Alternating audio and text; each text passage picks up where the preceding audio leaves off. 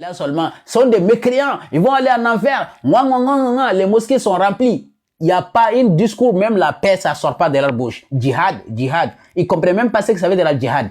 Ça, c'est notre... Je vais venir dans un autre live pour vous expliquer le djihad. Tellement que l'ignorance a atteint son paroxysme dans leur groupe là-bas. Même djihad, ils ne comprennent pas. Que djihad, pour eux, c'est de combattre. Si le djihad veut dire combattre, Allah subhanahu wa ta'ala a dit dans le Coran, وَإِنْ جَاهَدَاكَ عَلَىٰ أَن تُشْرِكَ بِي مَا لَيْسَ لَكَ بِهِ عِلْمٌ فَلَا تُطِعْهُمَا. Vous pensez que les papas et la maman, ils vont prendre l'arme pour combattre leur enfant? Non. Al-Jihad n'est rien d'autre que serrer vos ceintures dans le chemin d'Allah. Hein? Faites du bien, c'est-à-dire essayez faire des efforts pour le chemin d'Allah. C'est pas de prendre des armes pour aller combattre les gens. Vous ne comprenez même pas ce que ça veut dire djihad. Ça, c'est notre époque. On va laisser ça. Donc, l'islam, comme je dis bien, si as-salam, déjà, c'est la paix. Donc, ça reflète que l'islam, un musulman, tu as une mission de diffuser un message de paix. C'est pour cela là nous dit dans Surat 16, verset 125, Udu ila sabil rabbika bil hikmati wal maw'izati al hasana wajadilhum billati hiya ahsan. Allah subhanahu wa ta'ala dit, appelle les gens vers la religion avec quoi? Avec une bonne exhortation, avec la sagesse et une bonne exhortation. Et si tu veux discuter avec quelqu'un qui n'est pas le même avis que toi, discute avec lui d'une bonne manière. Mais il n'y a pas de bonne manière aujourd'hui. On voit tous les gens qui sont dans le soi-disant da'wah dans la rue là-bas. Ils passent tout leur temps dans le live là-bas avec les chrétiens. Jésus n'est pas Dieu. Jésus est comme ça. Ils sont fiers. On dirait que c'est des concours. S'ils ont fait un débat avec un chrétien, Allahu Akbar, comme s'ils ont gagné l'autorité. Et puis c'est des jeunes gens. 25 ans, 24 ans, ils veulent pas travailler. Hein? Ils veulent pas travailler, ils vont rien dans la vie. Aidez-nous, nous on fait des da'wah. On va pas vous aider. Ne donne pas vos l'argent à ces gens-là.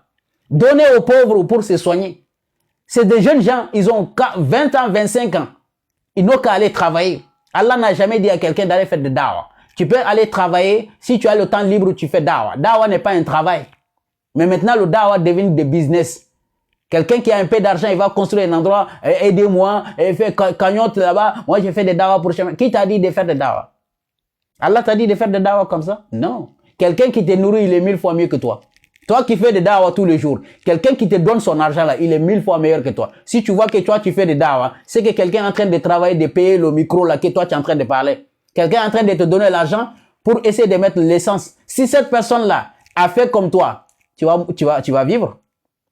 Tu vas pas vivre. Donc arrêtez de rentrer dans les je sais pas quoi, des jeunes gens qui veulent pas travailler. Ça c'est le fainéantisme en Afrique là-bas.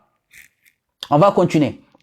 Allah subhanahu wa ta'ala dit Surat 3, verset 104. وَلِتَكُنْ مِنْكُمْ أُمَّةٌ يَدْعُونَ إِلَى الْخَيْرِ وَيَأْمُرُونَ بِالْمَعْرُوفِ وَيَنْهَوْنَ عَنِ الْمُنكَرِ وَأُولَٰئِكَ هُمُ الْمُفْلِحُونَ. Allah subhanahu wa ta'ala, écoutez bien la parole d'Allah, un Dieu qui est miséricorde. وَلِتَكُنْ مِنْكُمْ أُمَّةٌ, qu'il soit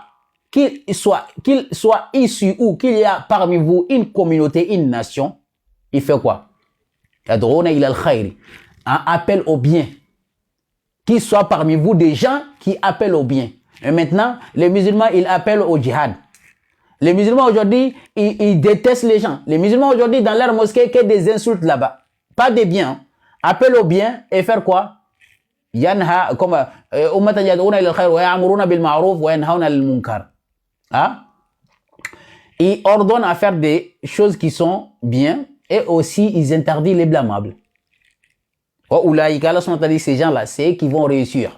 Et ils ne sont pas beaucoup aujourd'hui. Hein. Comme Allah nous dit dans Surah 38, verset 24.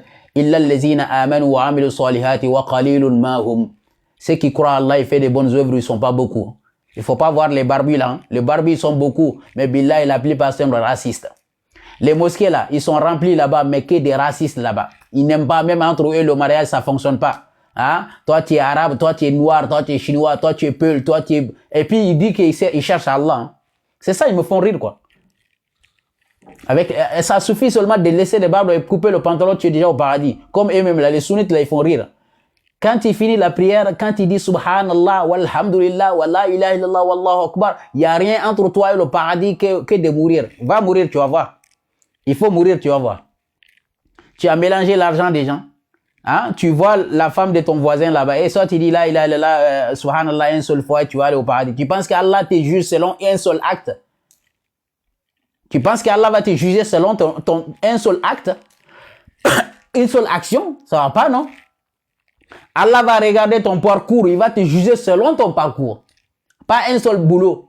Toi, tu passes ton temps à insulter les gens sur les réseaux sociaux, tu passes ton temps dans le commentaire à insulter les gens dans vos mosquées là-bas, et vous dites que quand tu finis la prière, tu dis Subhanallah et tu vas aller au paradis comme ça. Et les gens que tu les as insultés, Allah va te pardonner comme ça. Ayyuhal Dajjalin. Et restez dans vos mosquées là-bas à raconter des conneries comme ça. On va aller plus vite, hein, parce qu'il y a des gens qui veulent monter. Sourate 24, verset 27. Écoutez bien ce qu'Allah subhanahu dit. Parmi la sagesse du Coran, il dit bien, Wallahi, si tu veux être une bonne personne, il faut suivre le Coran. Hadith. Regarde le suiveur des hadiths. Regarde eux seulement. S'il te plaît, regardez les gens qui suivent le hadith. Billahi, ils aiment que la violence. Ils aiment que les insultes. Quand ils viennent dans ton live, quand ils viennent dans ton commentaire, que des insultes, ça leur montre leur niveau d'éducation. C'est ça qui est la différence entre nous qui suivent le Coran et ces gens-là. Parce que l'éducation n'existe pas. D'insultes, hein, et de violence, c'est ça qu'ils aiment.